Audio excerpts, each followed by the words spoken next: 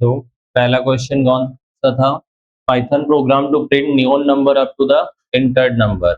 User द्वारा enter किए गए नंबर्स तक के लिए एक जो नियोन नंबर्स होते हैं उन्हें प्रिंट करने के लिए हमें प्रोग्राम राइट करना है। लेकिन नियोन नंबर कहते किसे हैं? कौन सा नियोन नंबर होता है? तो जैसा कि आपने मर्सन नंबर देखा, आर्मस्ट्रॉन्ग नंबर किया, इसके साथ साथ में नियोन नंबर होता है। ठीक इसी तरीके से एक पैलिंड्रोम नंबर होता है। तो नियोन नंबर में क्या किया जाता है कि जो डिजिट होती है उस डिजिट का क्या किया जाता है?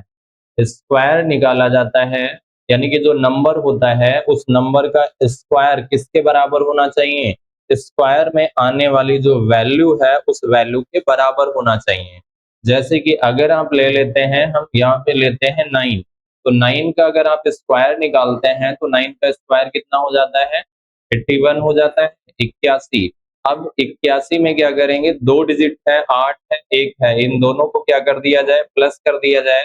तो प्लस करने पर हमें क्या 9 ही प्राप्त होना चाहिए। मतलब जिसका ये स्क्वायर वैल्यू थी वही वैल्यू अगर प्राप्त होती है तो ऐसे में ये वैल्यू या ये जो नंबर हो जाएगा वो कैसा नंबर हो जाएगा? तो ये एक नियोन नंबर हो जाता है। तो इस तरीके से हम नियोन नंबर निकालते हैं। तो इसके लिए जैसे कि अगर हम प्रोग्राम लेते हैं कि हमने एक n नाम का वेरिएबल लिया और इस n वेरिएबल में हम क्या कर देते हैं कि एक इंटीजर वैल्यू इनपुट करा लेते हैं। यानी कि एक वैल्यू इनपुट कराएंगे और वो इंटीजर के रूप में किसको मिल जाएगी? n को मिल जाएगी। फिर उसके बाद हम एक मैसेज या स्ट्रिंग प्रिंट कर देते हैं कि neon number up to the nr। यानी कि हमें मैसेज क्या मिल जाएगा? हमें आउटपुट पर मैसेज मिलेगा कि नियोन नंबर अप टू, और n जो हमने यहाँ पे मान लेते हैं 10 इनपुट कराया तो यहाँ पे मिल जाएगा 10। यानी कि 10 तक जो नियोन नंबर है वो कौन कौन से है। तो 10 तक नियोन नंबर फाइंड करने के लिए फिर हम यहाँ पे क्या करेंगे? फॉर लूप लगाते हैं। फॉर लूप के माध्यम से ट्रेड कराया गया है। फॉर लूप के अंदर एक नम वेरिएबल लगा हुआ है और इसके अंदर रेंज है। रेंज कहाँ से काम करेगा? एक से काम करेगा। कहाँ तक स्टॉप होगा जाके या कहाँ पे स्टॉप होगा जाके? तो n+1 पे स्टॉप होता है, यानी कि n-1 पे काम करता है। तो यहाँ पे हमने जब n वेरिएबल ले रखा है तो 10 की वैल्यू कहाँ आ जाएगी? n के पास आ जाएगी या n के पास 10 आ जाएगा। तो 10 और 1 कितना हो जाएगा? 11 हो जाएगा। तो 11 से 1 माइनस तो ये 10 तक। यानी कि यहाँ पे जो नम वेरिएबल है, इस नम वेरिएबल को जो वैल्यू मिलेगी वो कहाँ से? 1 से लेकर के 10 तक मिलेगी। या इस तरीके से अगर ये पूछा जाता है कि यहाँ पे जो फॉर लूप दिया गया ये कितनी बार एग्जीक्यूट होगा? तो ये 10 टाइम एग्जीक्यूट होगा। अब जैसे कि फर्स्ट टाइम जब एग्जीक्यूट हुआ तो नम को क्या मिला? 1 मिला। हम आगे बढ़ते हैं, एक स्क्वायर के नाम से वेरिएबल लिया गया है और जिसके अंदर हम क्या कर देते हैं? नम इनटू नम हमने करा लिया। तो नम के अंदर है क्या? 1 है। तो 1 इनटू 1 अगर आप करते हैं यानी कि 1 का स्क्वायर निकालेंगे कितना आएगा? 1 ही आएगा। 1 आने के बाद फिर आगे बढ़ते हैं। टेम्प में क्या करते हैं? एक टेम्प के नाम से वेरिएबल लिया गया, यानी कि एक टेम्परेरी तरीके से वेरिएबल लिया गया जिसका प्रयोग इसलिए किया जा रहा है? वैल्यू को केवल और केवल टेम्परेरी तरीके से स्टोर करने के लिए, जिससे कि एक वेरिएबल एम्प्टी हो सके। तो स्क्वायर वेरिएबल की वैल्यू हमने कहाँ डाल दी? तो स्क्वायर में क्या आया? 1 आया और उसी स्क्वायर की वैल्यू को टेम्प में डाल दिया गया। टेम्प में डालने के बाद फिर हम यहाँ पे एक नया वेरिएबल लेते हैं और वो नया वेरिएबल कौन सा है? सम है। इसकी वैल्यू क्या है? 0 है, क्योंकि यहाँ से हमने ये स्क्वायर निकाल लिया है। अभी स्क्वायर निकालने के साथ-साथ में हमें क्या करना? केवल चेक तो करना नहीं है, हमें क्या करना? प्रिंट करना। अगर ये दिया होता कि यहाँ पर एंटर किए गए नंबर को क्या करना? चेक करना कि 10 नियोन नंबर है या नहीं है। तो ऐसे में ये जो फॉर लूप है उसकी आवश्यकता नहीं पड़ती, केवल और केवल ये जो नेस्टेड के रूप में व्हाइल लूप लगा हुआ है इसकी ही आवश्यकता होती है। फिर आगे हमें यहाँ पे जैसे कि 1 जनरेट होके आ गया। अब इस 1 को चेक करेंगे, जाके टेस्ट करेंगे। हम टेस्ट कहाँ करते हैं? तो आपका टेस्ट ब्लॉक ये यहाँ से यहाँ तक, इसको आप क्या ले लेते हैं कि ये आपका हो जाता है टेस्ट ब्लॉक। यहाँ पर नंबर की टेस्टिंग होगी और इस वाले ब्लॉक में क्या हो रहा है? फॉर लूप में नंबर जनरेट हो रहा है। तो व्हाइल टेम्प की वैल्यू कितनी है? तो टेम्प के अंदर आया है 1। जब तक टेम्प क्या रहेगा? बड़ा रहेगा। किससे बड़ा रहेगा? 0 से बड़ा रहेगा तब तक क्या होता रहेगा? व्हाइल एक्जीक्यूट होगा। तो अभी ये जो व्हाइल की कंडीशन क्या हो रही है? ट्रू या फॉल्स? तो ट्रू हो रही है कि 1 जो बड़ा है 0 से, आगे बढ़ते हैं हम यहाँ पे एक डिजिट वेरिएबल लिया गया है और डिजिट वेरिएबल में क्या किया जाता है टेम्प को 10 से डिवाइड करते हुए शेष निकाला जाता है। अगर एक को हम क्या करते हैं 10 से डिवाइड करते हुए शेष निकालेंगे तो एक कहाँ पहुंच जाएगा शेष में पहुंच जाएगा यानी कि 0 बार डिवाइड होकर के शेष 1 मिल रहा है। फिर आगे हम बढ़ते हैं सम नाम का जो वेरिएबल जिसकी अभी वैल्यू कैसी थी ब्लैंक थी या 0 थी, इस सम के अंदर क्या करते हैं सम प्लस डिजिट कर लेते हैं। तो यहाँ से मिला क्या इस वाले स्टेटमेंट से ये इस वाले एक्सप्रेशन से क्या मिला 1 मिला और 1 किसको मिल गया वो डिजिट वेरिएबल को। तो डिजिट के अंदर 1 है और सम के अंदर 0 है। तो 0 और 1 सम के अंदर वैल्यू क्या आ जाएगी 0 आ जाएगी यानी कि यहाँ से हमें जो सम की वैल्यू मिली है वो कितनी मिली है सम की वैल्यू 0 मिली है वो 1 मिली है क्योंकि डिजिट की वैल्यू 1 ऐड हो गई है। आगे बढ़ते हैं टेम्प वेरिएबल लिया गया। फिर अब हमें क्या करना जो टेम्प के अंदर वैल्यू आई है उसे 10 से फ्लोर डिवाइड करा देना है। अगर आप 1 से 10 को 1 को 10 से फ्लोर डिवाइड करते हैं तो यहाँ से क्या मिलेगा 1 या 0 तो 0 मिलेगा क्योंकि ये कितनी बार डिवाइड हो रहा है 0 टाइम डिवाइड हो रहा है। तो यहाँ पर टेम्प की वैल्यू अब क्या अपडेट होके आ गई 0 हो गई। 0 होने के बाद अगर ये लूप वापस यहीं से कंट्रोल स्टेटमेंट जाएगा अभी टेम्प की वैल्यू क्या हो गई है 0 हो गई है तो ये वापस जाएगा यहीं पे। अब यहाँ पर जैसे कि स्टेटमेंट बनता है कि टेम्प की वैल्यू क्या हो चुकी है 0 हो चुकी है बड़ा है 0 से कंडीशन ट्रू है या फॉल्स है तो कंडीशन क्या हो रही है फॉल्स हो रही है। फॉल्स होने के बाद जब कंडीशन फॉल्स हुई तो क्या ये लूप दोबारा एग्जीक्यूट होगा नहीं एग्जीक्यूट होगा। हम कहाँ पहुंचेंगे जाके ये लूप तो टर्मिनेट हो गया लेकिन क्या फॉर लूप टर्मिनेट हुआ अभी तो हम फॉर लूप के अंदर ही चल रहे हैं और फॉर लूप का एक ही अभी प्रोसेस नहीं हो पाया। अभी व्हाइल लूप टर्मिनेट हुआ फिर हम कहाँ पहुंचेंगे जाके इफ के पास। अब इफ कहता है कि अगर सम की वैल्यू और नम की वैल्यू क्या होगी बराबर होगी तो प्रिंट किया जाएगा क्या नम प्रिंट कर दिया जाएगा। सम की वैल्यू कितनी है 1 है तो सम की वैल्यू 1 हो गई। नम की वैल्यू कितनी है तो नम की वैल्यू भी 1 है तो 1 और 1 दोनों क्या है एक बराबर है तो ऐसे में नम क्या हो जाएगा प्रिंट हो जाएगा। तो यहाँ से हमें निकल के आ जाएगा कि क्या 1 तो इस तरीके से 1 क्या है एक नियोन नंबर है। अगली बार अगर आप यहाँ पे ले लेते हैं वापस आएगा लूप अगली बार नम की वैल्यू कितनी हो जा रही है नम की वैल्यू हो जाएगी 2। जब नम की वैल्यू 2 हो जाएगी तो हम स्क्वायर वेरिएबल में क्या करेंगे 2 मल्टीप्लाई 2 कराएंगे क्योंकि नम मल्टीप्लाई नम लगा हुआ है तो 2 दूनी कितना हो जाएगा 4 हो जाएगा यानी कि स्क्वायर वेरिएबल की वैल्यू कितनी हो गई 4 हो गई। फिर टेम्प में हम क्या डाल देंगे स्क्वायर की वैल्यू डाल देंगे तो टेम्प के अंदर कितना आ गया 4 आ गया। फिर सम इक्वल 0 सम तो अभी कहाँ पे है 0 पर फिर से अगले इटरेशन में है। फिर आगे बढ़ते हैं जब तक टेम्प जो रहेगा वो बड़ा रहेगा 0 से। टेम्प के अंदर है भी क्या जो स्क्वायर के अंदर है वही टेम्प के अंदर है यानी कि 4 अभी टेम्प के अंदर है। तो यहाँ पे ये एक्सप्रेशन बन रही है कि जो 4 है वह बड़ा है 0 से। कंडीशन ट्रू हो रही है या फॉल्स हो रही है तो कंडीशन ट्रू हो रही है कि 4 जो है वो बड़ा है 0 से। तो ये कंडीशन ट्रू होने पर ये लूप एग्जीक्यूट होगा डिजिट इक्वल टेम्प और फिर उसके बाद हम क्या करते हैं टेम्प को 10 से डिवाइड करते हुए शेष निकालते हैं। तो टेम्प की वैल्यू अब हमारे पास कितनी है 4 है।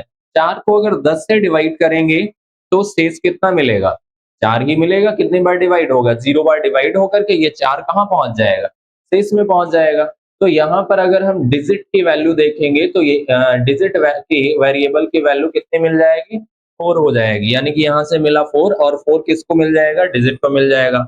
आगे बढ़ते हैं sum equal sum plus digit. Sum की वैल्यू है कितनी 0 है तो सम की वैल्यू 0 है अगर हम 0 प्लस 4 करते हैं तो क्या हो जाएगा फाइनल सम की वैल्यू 4 हो जाएगी। 4 होने के बाद फिर आगे बढ़ते हैं कि टेम्प को फ्लोर डिवाइड किया जाएगा 10 से। जब टेम्प के अंदर है क्या स्टोर 4 स्टोर है अभी तो 4 को अगर हम 10 से फ्लोर डिवाइड करते हैं तो कितना मिलेगा वैल्यू 0 ही तो मिलेगा। अगर 4 को 10 से फ्लोर डिवाइड करते हैं तो 0 बार डिवाइड हो जाएगा। 0 बार डिवाइड होने के बाद में अब यहाँ पर ये स्टेटमेंट क्या हो रहा है अंतिम स्टेटमेंट है इस व्हाइल लूप का यहीं से ये वापस जाएगा। वापस आने के बाद अब हमें यहाँ पे मिल रहा है व्हाइल दोबारा फिर से टेस्टिंग होगी फिर टेम्प की वैल्यू 0 से अगर बड़ी होगी लेकिन टेम्प तो अब अगली बार में 0 हो चुका है। जब 0 हो गया है यहाँ से इस वाली लाइन से ये 0 मिला हुआ है तो ऐसे में ये कंडीशन क्या हो गई फॉल्स हो गई। फॉल्स होने पर हम कहाँ पहुंचेंगे इफ के पास। अब इफ कहता है कि सम की वैल्यू और नम की वैल्यू अगर बराबर होगी तो हम प्रिंट करेंगे, अदरवाइज नहीं होगा। तो सम की वैल्यू अभी हमारे पास कितनी है? तो सम के अंदर कितना आ चुका है? 4 आ चुका है। यहाँ पर डिजिट में 4 रिसीव हुआ था, तो सम की वैल्यू कितनी है? 4 है। और नम की वैल्यू कितनी है? तो नम की वैल्यू ये है, नम की वैल्यू 2 है। स्क्वायर 4 तो यहाँ पर स्क्वायर है, ये स्क्वायर की वैल्यू है।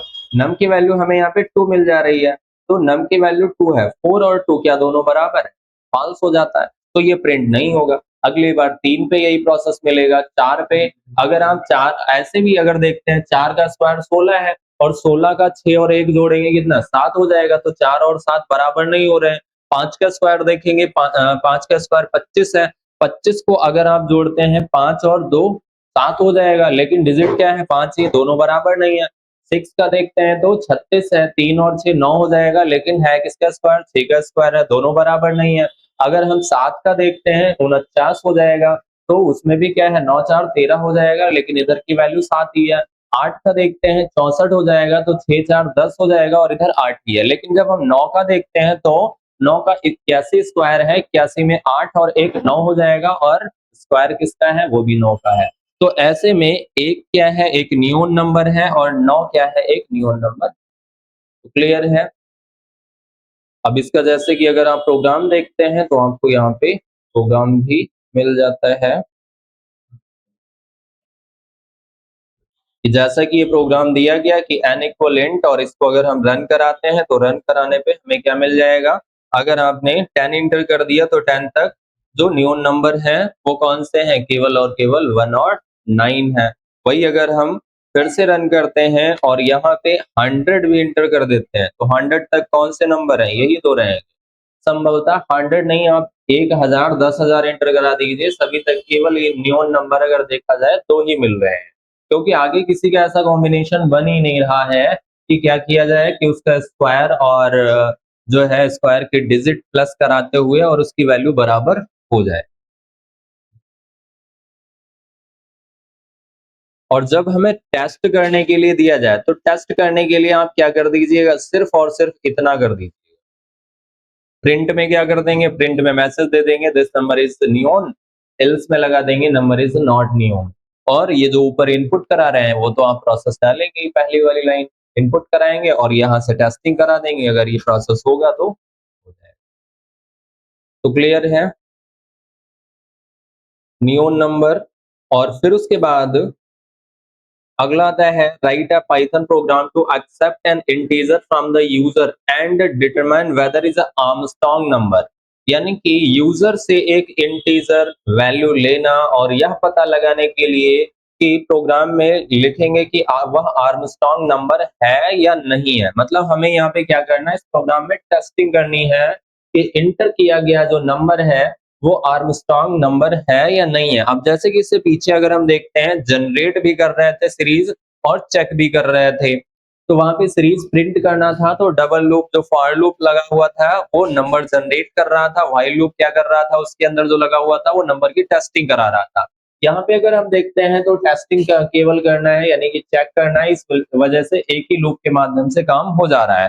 टेस्टिंग प्रोसेस से यहाँ पे वैल्यू निकल आएगी, यानी कि इस लूप वाले ब्लॉक से वैल्यू निकल के आ जाएगी और फिर इफ यहाँ पे बैठा हुआ है वो क्या कर लेगा? चेक कर लेगा कि अगर वैल्यू बराबर होगी दोनों तो हम क्या बोलेंगे? उसे आर्मस्ट्रांग है, और अगर नहीं होगी तो क्या बोलेंगे? कि वो आर्मस्ट्रांग नहीं है। तो आर्मस्ट्रांग में जैसा कि रहता क्या है कि हम यहाँ पे एक नंबर इनपुट कराते हैं, फिर आर्मस्ट्रांग नंबर कौन से होते हैं? आर्मस्ट्रांग नंबर जो होता है वो कौन सा नंबर होता है, बताएंगे? तो आर्मस्ट्रांग नंबर वह नंबर होता है जिसमें जो डिजिट होते हैं उन डिजिट का क्यूब निकाला जाए और क्यूब को क्या कर दिया जाए? ऐड कर दिया जाए, और ऐड करने पर वही वैल्यू प्राप्त होनी चाहिए जो जिस वैल्यू जो वैल्यू हमारे पास पहले से है। जैसे कि आप ले लेते हैं 153 153। अब ये वैल्यू कितनी है? 153 है। अब इस 153 में आप क्या कीजिए? 1 का क्यूब निकालिए, प्लस 5 का क्यूब 5 है तो 5 का क्यूब निकालो, प्लस 3 है तो 3 का क्यूब निकालो। तो और फिर क्या कर दीजिए, इनको ऐड कर दीजिए। अगर हम 3 का क्यूब देखते हैं कितना मिल जाएगा, 27 मिल जाएगा, और 5 का क्यूब कितना मिल जाएगा, 125 मिल जाएगा, और 1 का क्यूब कितना मिल जाएगा, 1 मिल जाएगा। इन तीनों को ऐड कर दीजिए, कितनी वैल्यू मिल रही है, 153 ही मिल रहा है। 125 27 कितना हो जाएगा, 152 हो जाएगा, और एक 153। तो ऐसे में 153 क्या है, एक न्यून वो आर्मस्ट्रांग नंबर है। अगर आप इसी तरीके से कोई दूसरी डिजिट चेक कर लेते हैं, हम यहाँ पे ले लेते हैं 125 ले लेते हैं, या जैसे कि 85 ले लेते हैं, कोई भी आप डिजिट ले लीजिए। हमने यहाँ पे 85 लिया। अब 85 में आप 8 का क्यूब निकालो, काफी लंबा जाएगा। 5 का क्यूब निकालेंगे, कितना जाएगा, 125 यही जाएगा। तो यहाँ पर ही अगर हम देखते हैं 5 का ही क्यूब 125 हो जा रहा है। आगे वाला 8 का जो 64 इंटू 8 कितना हो जाएगा, काफी हाई जाएगा। तो इस तरीके से यह एक नियोन नंबर नहीं है, वो आर्मस्ट्रांग नंबर नहीं है, यह एक आर्मस्ट्रांग नंबर।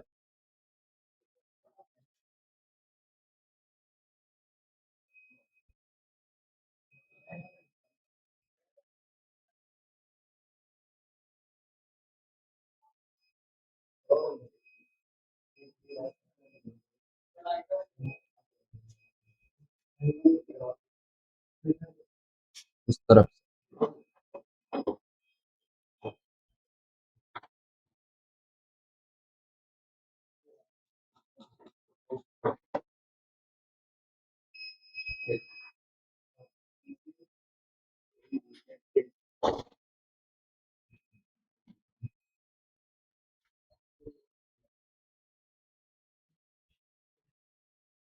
तो क्लियर है, आर्मस्ट्रांग नंबर कौन से हैं, वह नंबर वह वैल्यू जिसके क्यूब निकालने पर क्या रहता है, सेम वैल्यू हमें प्राप्त होती है।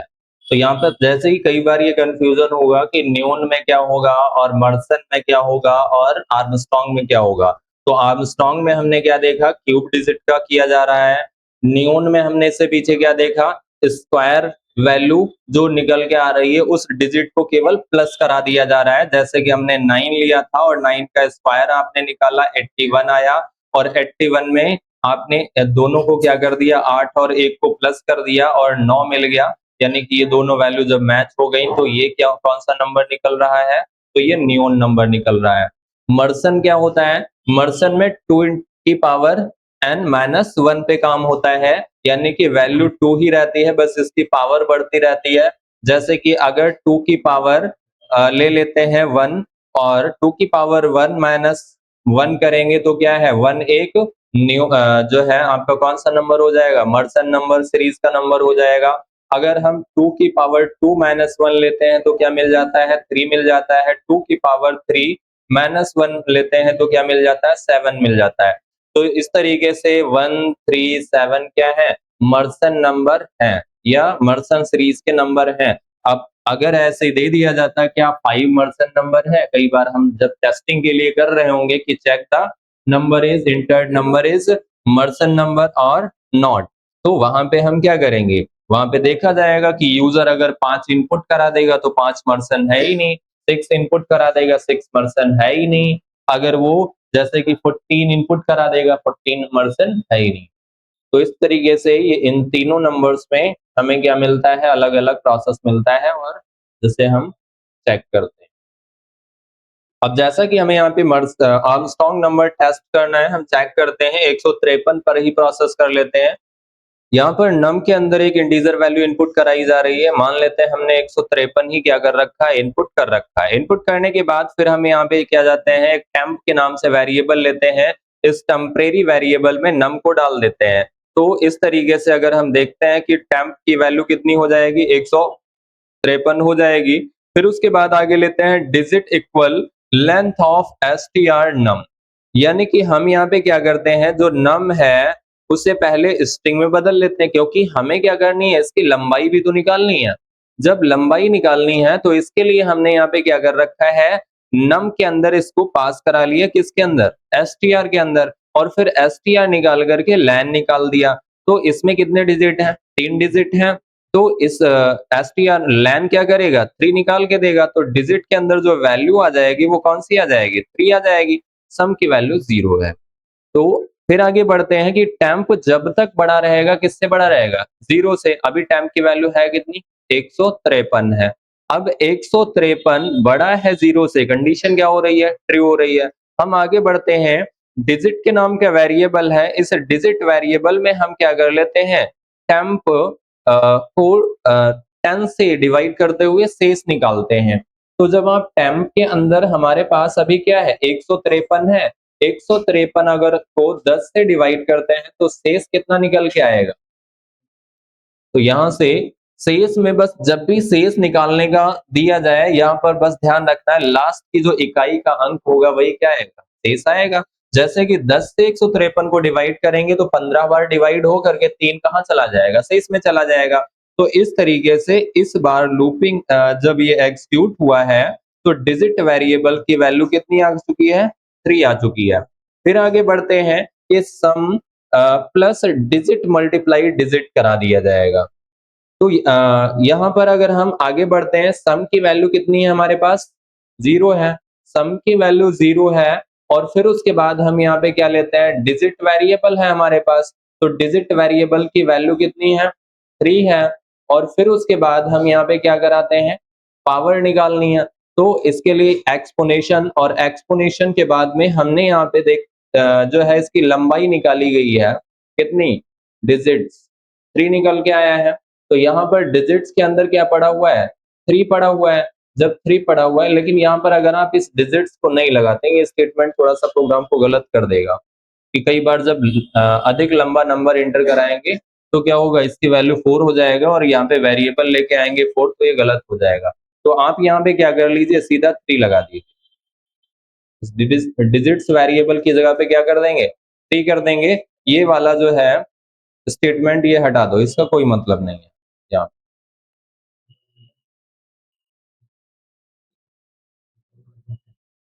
अब जैसे कि 3 की पावर 3, तो 3 की पावर 3 कितना हो जाएगा? 9 हो जाएगा, क्योंकि हमें यहाँ पे क्या निकालना है? आर्मस्ट्रांग नंबर निकालना है ना, तो आर्मस्ट्रांग 27 हो जाएगा, ठीक है। अब यहाँ से क्या हो जाएगा? ये अगर आप कैलकुलेट करेंगे, 3 की पावर 3 कितना? 27 मिल जाएगा और ये किसको मिलेगा? सम को मिलेगा। तो सम के अंदर कितना हो चुका है? 27 हो चुका है। और फिर टेम्प को क्या करते हैं? फ्लोर डिवाइड कराते हैं 10 से। अब जब आप टेम्प को फ्लोर डिवाइड, टेम्प के अंदर है कितना? 153 है। अगर आप 153 को फ्लोर डिवाइड कराते हैं 10 से तो कितनी वैल्यू यहाँ पे मिलेगी? 15 मिल जाएगी। 15 बार डिवाइड हुआ। 15 मिलने के बाद फिर वापस आएंगे, लूप वापस आएगा, यानी कि कंट्रोल स्टेटमेंट कंट्रोल फ्लो वापस आएगा। अब लूप फिर से एग्जीक्यूट होगा कि यहाँ पर टेम्प की वैल्यू अब कितनी हो चुकी है? रिसीव 15 हो चुकी है। तो 15 क्या बड़ा है 0 से? तो ये कंडीशन क्या हो रही है? ट्रू हो रही है। अब जब कंडीशन ट्रू हो रही है तो फिर से यही प्रोसेस होगा। अब जो यहाँ पे प्रोसेस होगा उस प्रोसेस में हमें क्या मिलेगा? तो यहाँ पे 3 ही रहेगा। अब फिर वापस हम टेम्प की वैल्यू को 10 से डिवाइड करते हुए शेष निकालते हैं। टेम्प के अंदर आया कितना है? 15 आया था। तो 15 को अगर आप 10 से डिवाइड करते हुए शेष निकालते हैं, कितना निकलेगा? 5 शेष आ जाएगा। फिर उसके बाद सम इक्वल डिजिट, और ये किसके अंदर? 5 किसके अंदर आ गया? डिजिट के अंदर आ गया। फिर आगे हम क्या बढ़ते हैं कि सम की जो वैल्यू है, सम की वैल्यू कितनी है? 27 है। 27 और प्लस डिजिट की वैल्यू कितनी आई है? यहाँ से रिसीव हुई? 5 रिसीव हुई है। और इसका एक्सपोनेंशियल आगे क्या लगा हुआ है? 3, यानी कि पावर क्या है? 3 है। अब यहाँ पे 2 ऑपरेटर हैं, प्लस एंड एक्सपोनेंशियल। पहले कौन सा सॉल्व होगा? एक्सपोनेंशियल या प्लस? तो पहले एक्सपोनेंशियल सॉल्व होगा, क्योंकि एक्सपोनेंशियल की प्रेसिडेंस हाई होती है और प्लस की क्या रहती है? लो रहती है। तो अगर आप 5 का क्यूब निकालते हैं तो कितना आ जाएगा? 125 आ जाएगा। 125 प्लस 27 कितना हो जाएगा? तो 125 प्लस 27 152 हो जाएगा। अब ये जो सम की वैल्यू अपडेट होकर के आ चुकी है, वो कितनी आ चुकी है? 152 हो चुकी, 152 हो चुकी है। फिर आगे बढ़ते हैं, टेम्प को 10 से डिवाइड करते हैं। आपने टेम्प के अंदर है कितना? 15 है।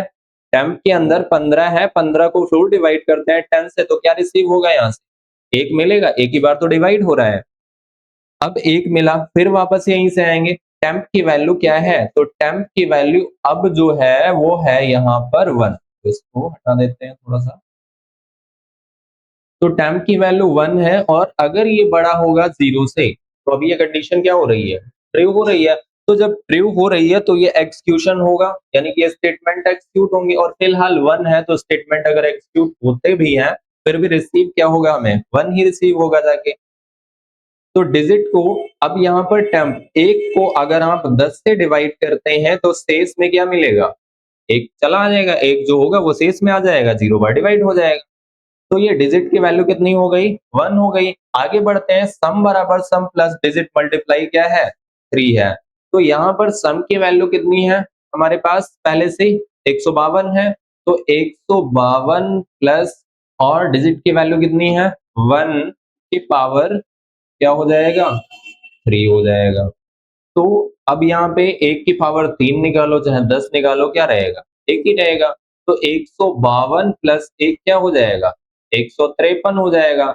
अभी ये किसको मिल गया 153, अगले प्रोसेस में 153 सम के अंदर स्टोर हो गया आके। और फिर उसके बाद टेम्प को अगर 10 से डिवाइड करते हैं, टेम्प के अंदर है क्या, 1 ही तो है। अगर हम 1 को 10 से डिवाइड करेंगे तो कितनी बार डिवाइड होगा, 0 बार डिवाइड होगा। तो यहाँ से हमें क्या मिला, 0। अगली बार अगर हम वापस आते हैं तो यहाँ पे 0 बड़ा है 0 से, कंडीशन क्या हो रही है, फॉल्स हो रही है। जब कंडीशन यहाँ पे फॉल्स हो रही है तो ये लूप टर्मिनेट हो जाएगा, हम कहाँ पहुंचेंगे जाके, इफ स्टेटमेंट के पास। अब इफ यहाँ पे बैठा हुआ चेक करेगा कि जो आपका सम की वैल्यू आई है और जो आपने नम की वैल्यू इनपुट कराई थी, क्या ये दोनों बराबर है। तो हमारे पास सम वेरिएबल में है क्या, 153 आया है, 153 बराबर है किसके बराबर है, नम वेरिएबल। क्या कहीं पर भी नम अपडेट होता हुआ मिला है, नहीं है। तो इसका मतलब नम के अंदर जो हमने इनपुट कराया था वही तो रहेगा। तो नम की वैल्यू कितनी इनपुट कराई हमने, 153 यानी कि 153। तो 153 बराबर है 153 पे कंडीशन क्या हो जाएगी, ट्रू हो जाएगी। तो ये प्रिंट स्टेटमेंट चलेगा जहां पे दिया जाएगा 153 इज एन आर्मस्ट्रांग नंबर। अगर ये बराबर नहीं होती तो ऐसे में क्या हो जाता, इल्स, और इल्स में दे दिया जाता है number is not Armstrong number. तो क्लियर है कि आर्मस्ट्रांग नंबर जब भी हमें कैलकुलेट करना हो तो आर्मस्ट्रांग नंबर कैलकुलेट करने के लिए हमें क्या करना है, यहां से अगर आप देखते हैं तो केवल और केवल आपको ये 3 लाइन यानी कि लूप के अंदर जो स्टेटमेंट पड़े हैं बस वही स्टेटमेंट मैन है, उनको ध्यान रखिए। और प्लस किस लॉजिक पे काम करता है या किस तरीके से एक आर्मस्ट्रांग नंबर निकल के आता है उसको ध्यान में रखिए, प्रोग्राम आसानी तरीके से आप कर लेंगे। क्योंकि जब हमें ये पता है कि इस प्रोसेस पे ये काम करेगा तो इसी प्रोसेस के अनुसार आप क्या कर दीजिए, कोड राइट कर। तो क्लियर है, आइडल पे करेंगे इसको या आगे बढ़ा जाए, ठीक। अगला क्वेश्चन है, write a Python program to check whether a given number is palindrome or not. कि हमें यह चेक करना है कि इंटर किया गया नंबर पैलिंड्रोम है या नहीं है। अब क्या होता है, कई बार यहाँ पे मिस्टेक होती है कि जब पैलिंड्रोम दिया गया तो पैलिंड्रोम में बताया जाता है कि इधर से यानी कि दोनों तरफ से वैल्यू क्या होनी चाहिए, बराबर होनी चाहिए।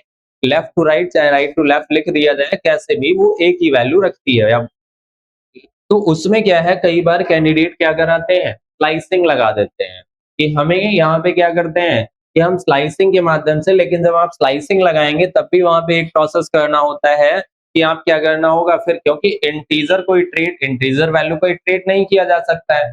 अगर आपने 15 लिख रखा है तो 15 क्या आप यहाँ से केवल 5 हटा सकते हैं विदाउट कैलकुलेशन, नहीं हटा सकते हैं।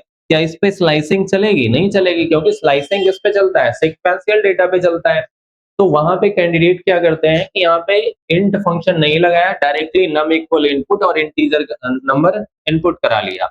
अब केवल अगर आपने इनपुट लगा रखा है तो वो जो इनपुट बाय डिफॉल्ट किस पे काम करता है, स्ट्रिंग वैल्यू पे काम करता है।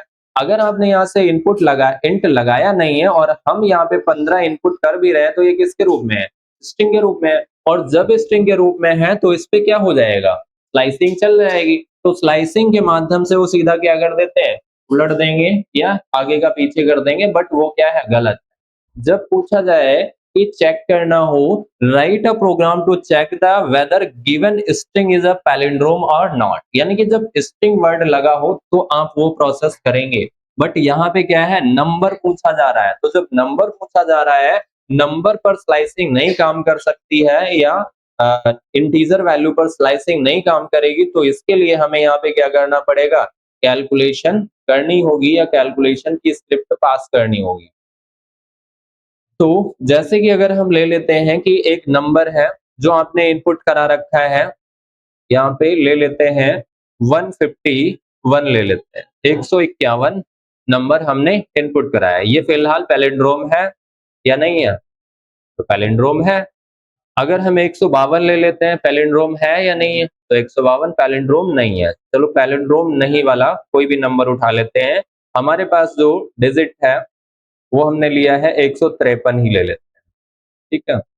हमने नंबर इनपुट करा रखा है 153, फिर एक टेम्प वेरिएबल, टेम्परेरी वेरिएबल ले लेते हैं जिसके अंदर नम की वैल्यू डालते हैं, तो यहाँ पर टेम्प जो वेरिएबल है इसकी वैल्यू कितनी हो जाएगी, 153 इसके अंदर आ जाएगा। फिर आगे रिवर्स के नाम से हम, अब जैसे कि क्या है कि यहाँ पे टेम्प रिवर्स बिल्कुल उसके नेम से रिलेट होते हुए वेरिएबल लिए हैं। इसका रीजन क्या होता है, जैसे कि और आपको भी यही करना है कि जो भी हम वेरिएबल बना रहे हैं, जिस प्रोसेस के लिए है, जिस प्रकार की वैल्यू उसके अंदर रखना है, लगभग कोशिश कीजिए उसके नाम से ही मैच होता हुआ वेरिएबल बनाए, जिससे कि क्या होगा कि अगर कहीं पर भी आपके कोड में कोई एरर आ रही है, कहीं से भी समस्या आ रही है, तो उस एरर को ढूंढना या उसकी डिबगिंग करना आसान हो जाता है। अब पता लग रहा है हमने यहाँ पे रिवर्स, इसके अंदर जो रिवर्स वाली वैल्यू आएगी वो रखना है, लेकिन हमने नाम दे रखा है num1 num2 num3, ऐसे बना रखे हैं तीनों वेरिएबल num1 num2 num3। तो वहां पे क्या होगा, जब कई बार कहीं से भी एरर आ गई तो उस एरर को या उस बग्स को ढूंढना थोड़ा सा डिफिकल्ट हो जाता है कि कहाँ से ये आ रही है गलती। तो 153 और रिवर्स की वैल्यू क्या है, 0 है। अगला लूप लगाया जाता है और लूप में क्या किया जाता है कि व्हाइल टेम्प ग्रेटर 0।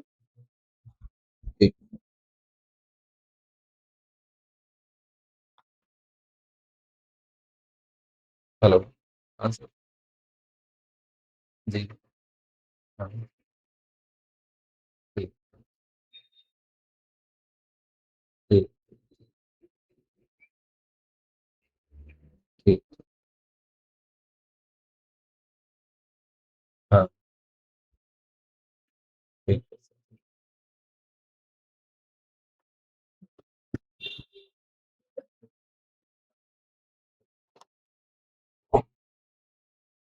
तो व्हाइल टेम्प जब तक बड़ा रहता है किससे, 0 से बड़ा रहेगा। अगर टेम्प बड़ा है तो ये लूप क्या होगा, एग्जीक्यूट होगा।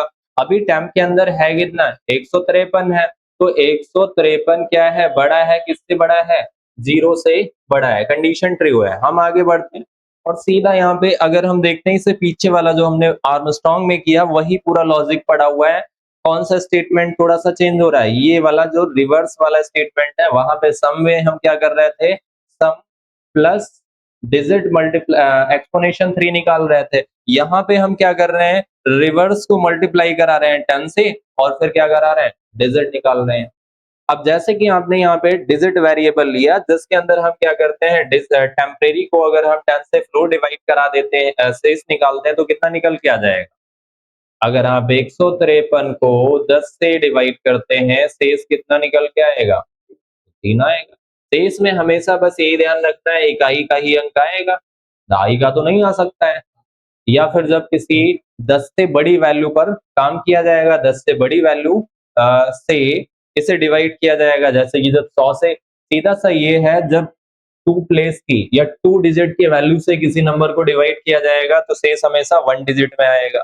और जब 3 डिजिट की नंबर से किसी नंबर को डिवाइड किया जाएगा तो वहां पर जो शेष है वो 1 या 2 डिजिट का आ सकता है। जैसे कि अगर आप 100 से डिवाइड करा रहे हैं तो 100 से डिवाइड करने में क्या 99 भी तो शेष आ सकता है, लेकिन जब आप 10 से डिवाइड कर रहे हो तो 10 से डिवाइड करने में क्या आएगा, 9 तक ही शेष आएगा।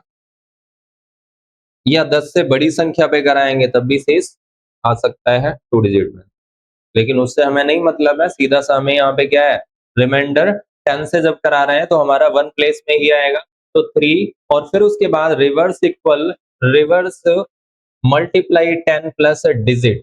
तो रिवर्स के अंदर अभी हमारे पास है क्या, 0 है, तो हम यहाँ पे 0, फिर उसके बाद हम मल्टीप्लाई करा लेते हैं, किससे मल्टीप्लाई कराते हैं, 10 से, और प्लस क्या करा देते हैं, डिजिट करा देते हैं। डिजिट की वैल्यू कितनी आई है? 3 है।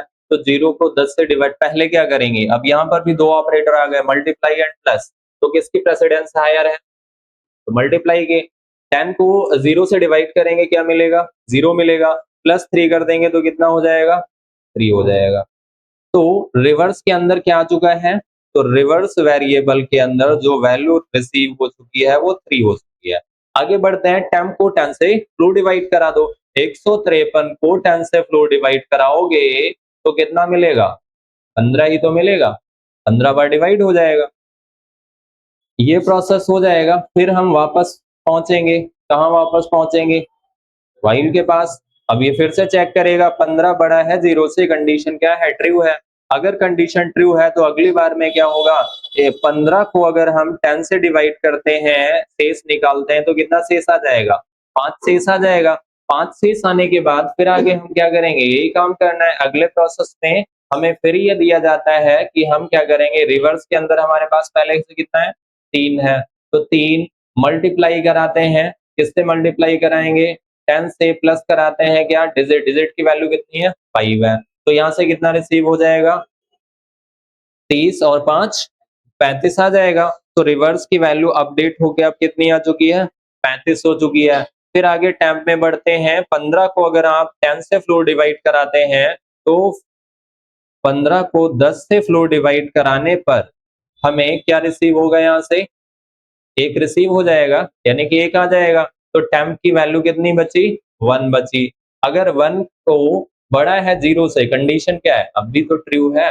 जब ट्रू है तो यहाँ पे 1 को अगर आप क्या करते हैं? 10 से डिवाइड करते हैं।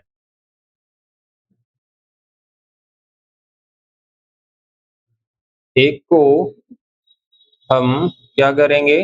10 से डिवाइड करेंगे। लेकिन यहाँ पे गलत हो रहा है कुछ। क्या गलत हो रहा है?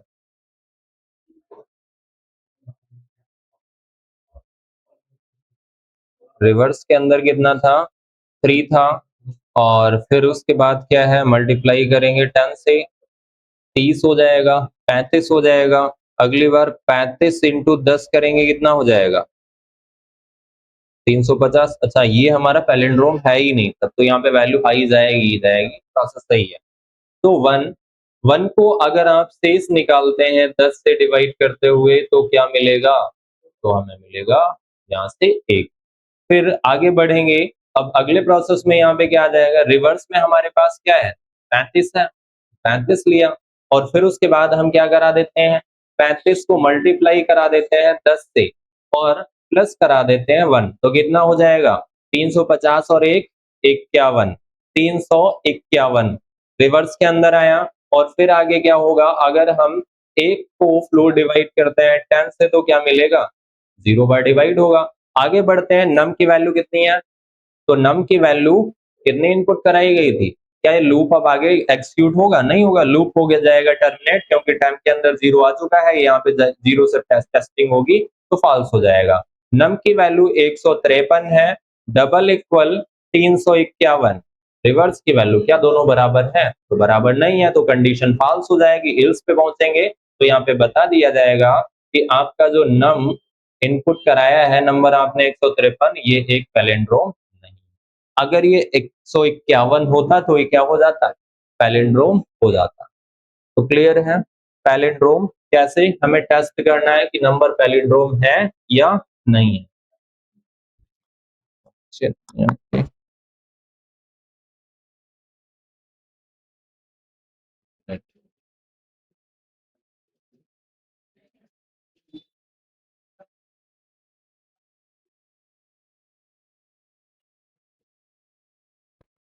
पहुंचे नहीं आके सर, कहाँ रह गए?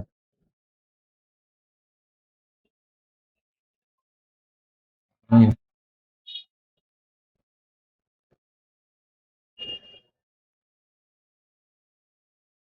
सोनू सर ने भेजा था एडमिशन, पहुंचे नहीं।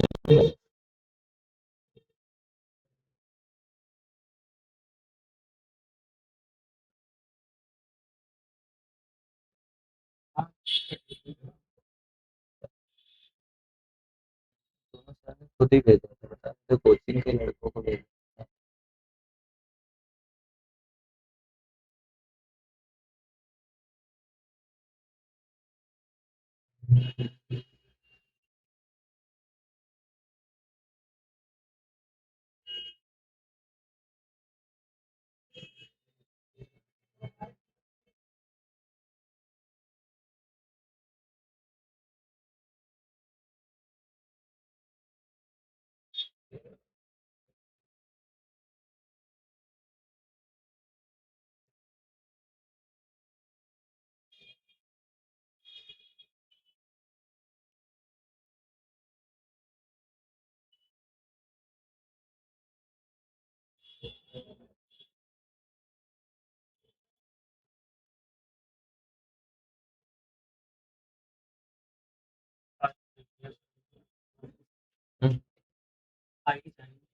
कहीं दूसरी जगह लेके पहुंच गए।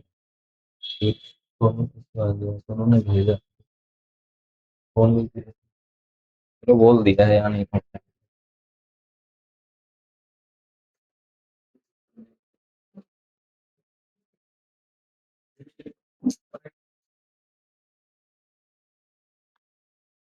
ठीक, तो इसको भी आइडल पे किया जाए, छोड़ा जाए?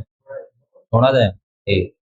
अगला क्वेश्चन है, write a Python program to print the Lucas series up to a given number of terms entered by the user. यानी कि यूजर के द्वारा एंटर किए गए नंबर तक जो ल्यूकस सीरीज है वो प्रिंट करनी है, या उतने डिजिट ल्यूकस सीरीज के प्रिंट करने हैं। और इसके भी क्या है, ल्यूकस सीरीज के भी हमें दो मेथड मिल जाते हैं। जैसे कि हमें एक मेथड मिलता है कि हम फॉर लूप का यूज करते हुए कर सकते हैं। तो यहाँ पर अगर हम देखते हैं तो किसका प्रयोग किया गया, यूजिंग फॉर लूप का प्रयोग करते हुए। और दूसरा अगर हम देखते हैं तो किसके माध्यम से किया गया है, व्हाइल लूप के माध्यम से।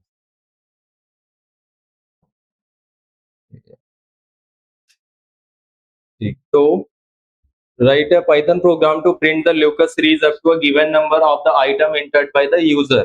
यूजर के द्वारा एंटर किए गए नंबर तक locus सीरीज प्रिंट करने के लिए हमें क्या करना है, एक प्रोग्राम लिखना है। कई बार ये डायरेक्टली यही क्वेश्चन अगर दिया जाता है तो मर्जी हो व्हाइल लूप का यूज करो, मर्जी हो डू व्हाइल जो है फॉर लूप का यूज करो।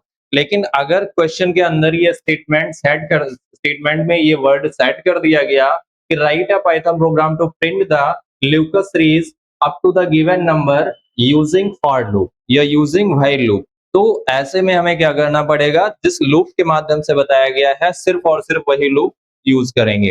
तो इसीलिए दोनों तरीके अगर हम देख लेते हैं, और दोनों तरीकों में क्या आता है, लूप का किस प्रोसेस पे काम करता है, दोनों में क्या अंतर आता है, पहले ही आप थ्योरी में भी पढ़ चुके हैं, सारे प्रोग्राम कर चुके हैं।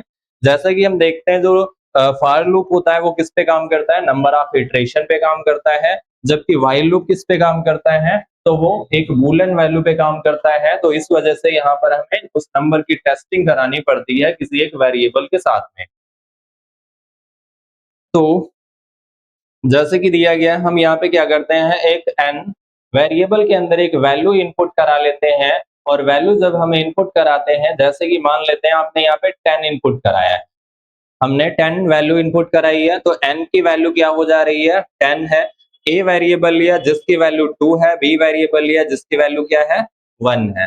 फिर एक स्टेटमेंट प्रिंट कर देते हैं, यानी कि एक स्ट्रिंग प्रिंट कर देते हैं ल्यूकस सीरीज, क्योंकि इसके नीचे हम क्या करेंगे, नंबर प्रिंट करते रहेंगे।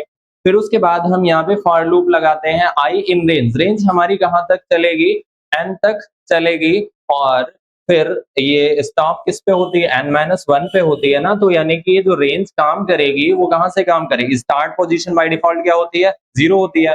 तो यहाँ पर ये चीज जो आई वेरिएबल है, इस आई वेरिएबल को क्या मिलेगा, तो इस आई वेरिएबल को 0 से 9 तक नंबर मिलेंगे, जनरेट होकर के मिलेंगे रेंज से।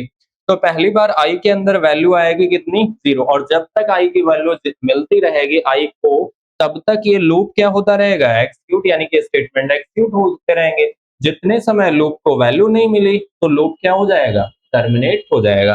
तो जैसे कि for i in range n, फिर क्या किया जाता है, प्रिंट किया जाता है ए को, और सेम लाइन पैरामीटर लगा दिया जाएगा।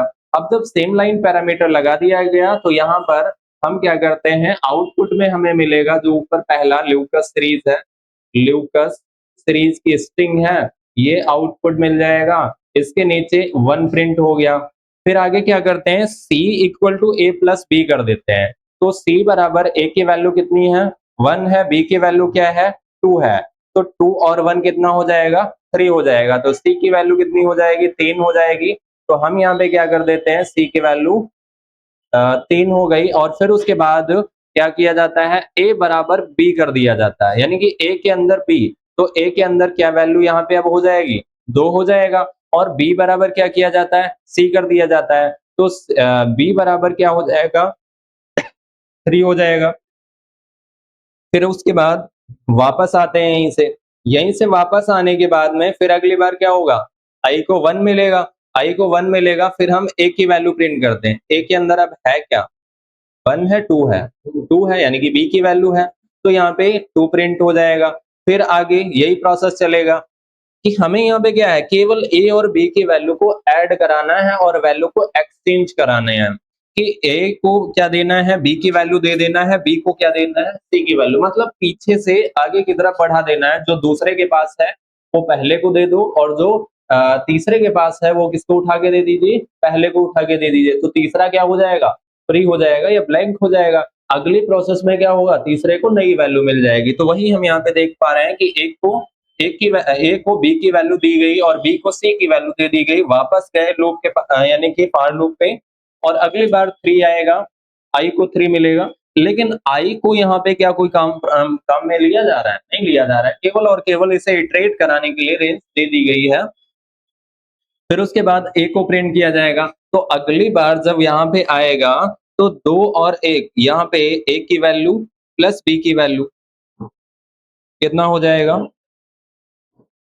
5 हो जाएगा, यानी कि एक प्रोसेस आया और अगले प्रोसेस में क्या है, ए की वैल्यू हमने 2 प्रिंट करा दिया, फिर उसके बाद ए प्लस बी होगा, तो ए प्लस बी बराबर सी की वैल्यू कितनी हो जाएगी, ए की वैल्यू 2 है, बी की वैल्यू 3 है, तो यहाँ पे 5 हो जाएगा। अब ये ए को क्या मिलेगा, बी की वैल्यू मिलेगी ना, तो ए बराबर अगले प्रोसेस में ए की वैल्यू कितनी हो जा रही है, बी की वैल्यू 3 है, 3 हो जाएगी, और बी के अंदर क्या हो जाएगा, तो बी बराबर सी है, मतलब बी की वैल्यू 5 हो जाएगी। वापस आते हैं, ए प्रिंट करेंगे तो ए के अंदर अब है क्या 3 है, तो यहाँ पर 3 आ जाएगा। फिर यही प्रोसेस होगा, अगले प्रोसेस में क्या मिल जाएगा कि सी बराबर 5 प्लस 3 कितना हो जाएगा 8 हो जाएगा।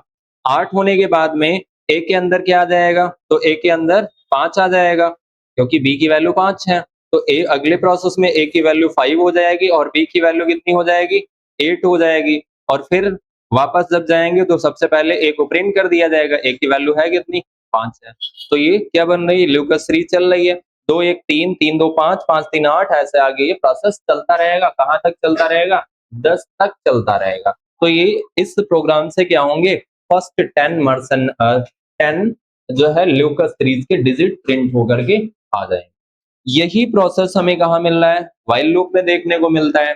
तो प्रोसेस यहाँ का ये जो इतना कोड है ये तो सेम ही रहेगा, क्योंकि जो सीरीज जनरेट हो रही है वो इसी वाले इन 3 लाइनों से ही जनरेट हो रही है, लेकिन सीरीज कहाँ तक जनरेट करनी है वो कंडीशन कहाँ से निकल के आ रही है, इस लूप वाले स्टेटमेंट जैसे कि यहाँ से और यहाँ से निकल के आ रही है।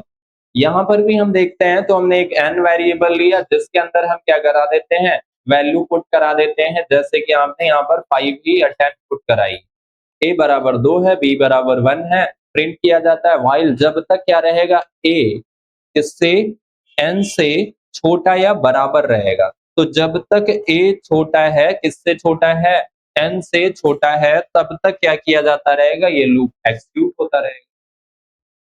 तो क्लियर है व्हाइल लूप, या इसको भी इवैल्यूएट करने की आवश्यकता है, क्लियर है, ठीक है। अगला, तो यहाँ पर बस एक ही प्रोसेस, आप क्या कीजिए सीधा नंबर इनपुट करा लो, एक ए वेरिएबल बी वेरिएबल दो ले लो, ए की वैल्यू 2 कर दो, बी की वैल्यू क्या 1 कर दो, बस यहाँ पर वैल्यू इनिशियलाइजेशन ध्यान रखना है। आगे जब बढ़ेंगे फॉर लूप के माध्यम से इटरेट करा दो, इटरेट कराने के बाद में ए को प्रिंट कराते हुए सी के अंदर ए और बी कर दो, और फिर जब सी के अंदर ए और बी दोनों मिल के आ जाएंगे, तो ऐसे में क्या होगा, फिर हम क्या करेंगे, ए को के अंदर बी को डाल देंगे और बी के अंदर सी को डाल देंगे, और फिर वापस आ जाएंगे, ए को प्रिंट कर देंगे।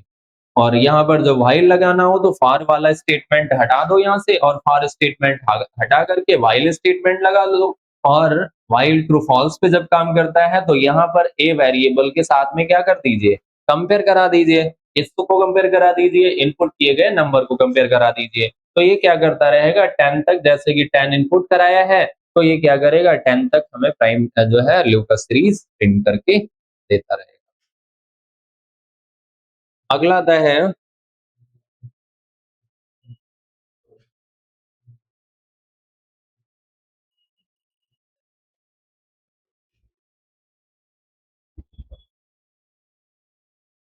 write a Python program to print the Fibonacci sequence या series up to the number entered by user।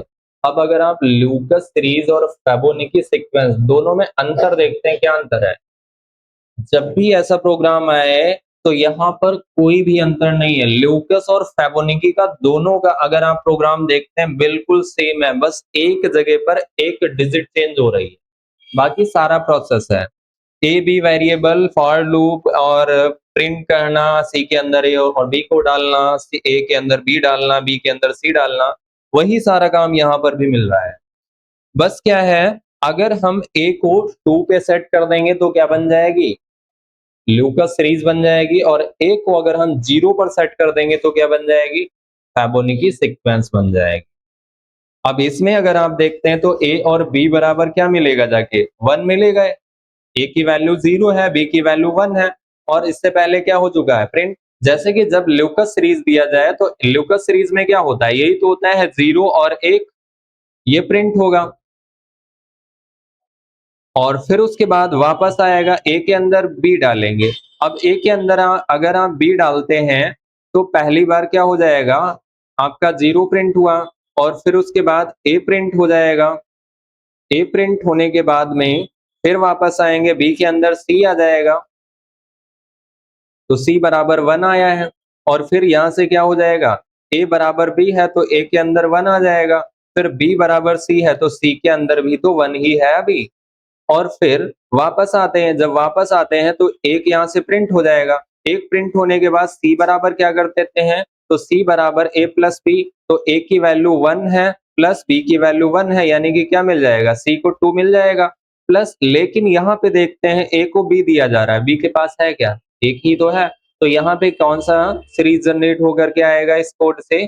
इस कोड से जो सीरीज जनरेट होगी, पहले 0 प्रिंट हो गया फर्स्ट टाइम में, फिर अगली बार ए की वैल्यू 1 आएगी, फिर अगली बार ए की वैल्यू 1 आएगी, फिर अगली बार 2 आएगा, फिर 3 आएगा, फिर उसके बाद क्या आ जाएगा? 5 आ जाएगा, फिर उसके बाद 8 आ जाएगा। तो यहाँ पे सीरीज बन रही है, 0 और 1 1 हो जाएगा, फिर 1 और 1 2 हो जाएगा, 2 और 1 3 हो जाएगा, 3 और 2 5 हो जाएगा, 5 और 3 8 हो जाएगा।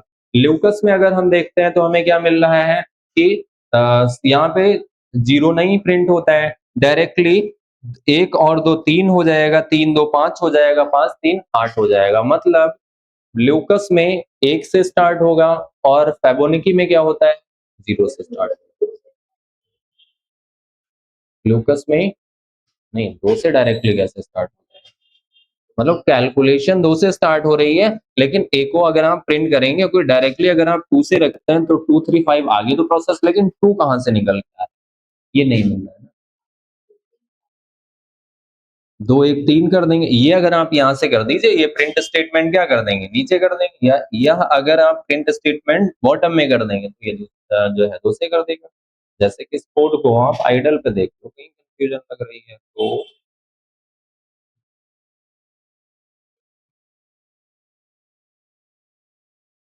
वापस आ जाओ।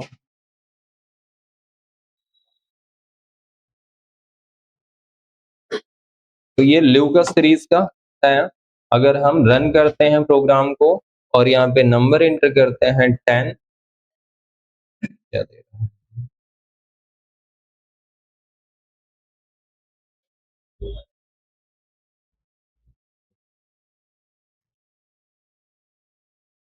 तो 2 से प्रिंट कर रहे हैं, ल्यूकस सीरीज 2 1, 2 1 और 1 3 4 4 7 11 18। हाँ, यहाँ पर पहली बार ए की वैल्यू, हाँ यहाँ पे 1 नहीं आएगा, ये थोड़ा सा यहाँ से मिस्टेक हो रही है कि ए जब प्रिंट किया जा रहा है तो ए के अंदर हम देखते हैं, ए के अंदर है क्या? पहली बार 2 ही है ना, तो यहाँ पर हमारी जो सीरीज बनेगी जाके, वो पहली बार ए जब प्रिंट होगा, 2 प्रिंट हो जाएगा। अगली बार हम देखते हैं ए के अंदर क्या आती है, बी वैल्यू आती है, बी की वैल्यू, और बी के अंदर अभी है क्या, 1 है। तो यहाँ पे क्या आ जाएगा, अगली बार 1 प्रिंट हो जाएगा। अब फिर आगे क्या होगा, 2, और अगले प्रोसेस में बी आया और बी के अंदर क्या आ जाएगा, सी आएगा। अब सी के अंदर है क्या, 3 है, तो वापस आएंगे, और वापस आने के बाद जो बी को सी की वैल्यू मिली है, तो यहाँ से कितना मिल जाएगा, इसको 3 मिल जाएगा। तो 2 और 1 3 हो जाएगा, फिर 3 और 1 क्या हो जाएगा, 4 हो जाएगा, और 4 और 3 7 हो जाएगा, 7 और 4 11 हो जाएगा, 11 7 18 हो जाएगा। तो ये ल्यूकस सीरीज हो जाएगा। हाँ, जो ल्यूकस सीरीज रहेगी वो 2 से स्टार्ट रहेगी, 2, और पहले 2 प्रिंट होगा और फिर 1 प्रिंट होगा। यानी कि सीधा सा प्रोसेस है कि पहले ए की वैल्यू प्रिंट होगी, यहाँ पर केवल और केवल ए की वैल्यू प्रिंट की जाती है। फर्स्ट टाइम में ए की वैल्यू जो थी वही प्रिंट हो जाती है, नेक्स्ट टाइम बी की वैल्यू जो रिसीव होती रहती है वो ए को मिलती रहती है और प्रिंट होता रहता है। तो नेक्स्ट टाइम बी की वैल्यू 1 इसने प्रिंट करा दी, अगली बार बी की वैल्यू अपडेट हो जाएगी तो वो 3 आ जाएगी जिसको प्रिंट करा देगा, अगली बार 4 हो जाएगी जो प्रिंट करा देगा, 7 हो जाएगा जो प्रिंट करा देगा। तो इस तरीके से ये क्या कर रहा है, ल्यूकस सीरीज के फर्स्ट 10 नंबर प्रिंट करके दे रहा है। अगर इसी कोड को आपको किसमें बदलना है, इसी कोड को अगर आप व्हाइल लूप पे एक्सिक्यूट कराना चाहते हैं, तो व्हाइल लूप पे करने के लिए आप क्या करेंगे, तो व्हाइल लूप के लिए यहाँ से ये हटा दिया जाए और इसकी जगह पे क्या लगा दिया जाए, व्हाइल जब तक ए जो है छोटा या बराबर रहेगा, किससे बराबर रहेगा, एन से।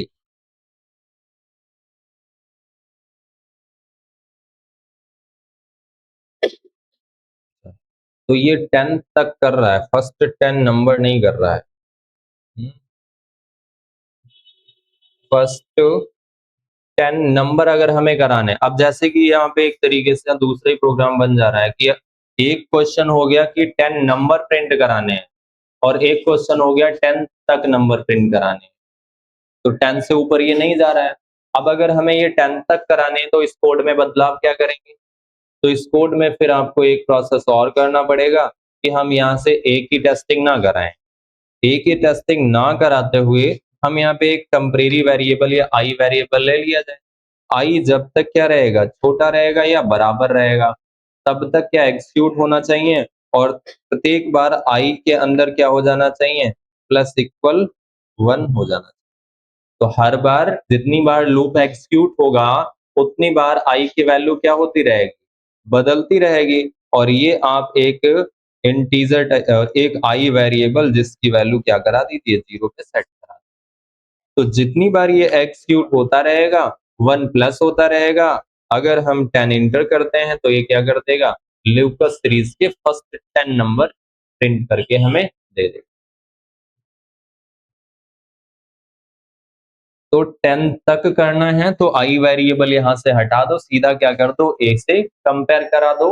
और 10 डिजिट अगर आपको करना है या फर्स्ट 10 नंबर करना है तो आप क्या कर लीजिए, आई वेरिएबल इनिशियलाइज करके और आई के साथ में कंपेयर करा दीजिए, और आई के साथ में कंपेयर कराते हुए प्रत्येक इटरेशन पर आई में प्लस करा दें। या फिर दूसरा और यहाँ पे प्रोसेस बन सकता है, वो क्या हो सकता है, हम नया वेरिएबल अगर ना लें तो इसके आधार पर आप करा सकते हैं। हम एन वेरिएबल ना लें, आप यहाँ पे क्या कर दीजिए, जब तक एन जो रहेगा, जो एन है वो जब तक बड़ा रहेगा, किससे बड़ा रहेगा, 0 से बड़ा रहेगा। इस प्रोसेस पे भी करा सकते हैं। जब तक ये बड़ा रहेगा तब तक प्रत्येक बार ये एक्सिक्यूट होता रहेगा, और हर बार एन माइनस इक्वल, एन से क्या होता रहेगा, एक माइनस होता रहेगा। जब एक माइनस होता रहेगा फिर इसको रन कराते हैं तो हमें यहाँ पर तीसरा वेरिएबल भी लेने की जरूरत नहीं पड़ेगी। अब ये कहाँ तक काम कर रहा है, 76 यानी कि 9 दे रहा है, तो 0 से बड़ा तक काम कर रहा है ना। तो फिर यहाँ पे आप ऐसा कर दीजिए, इक्वल लगा दो।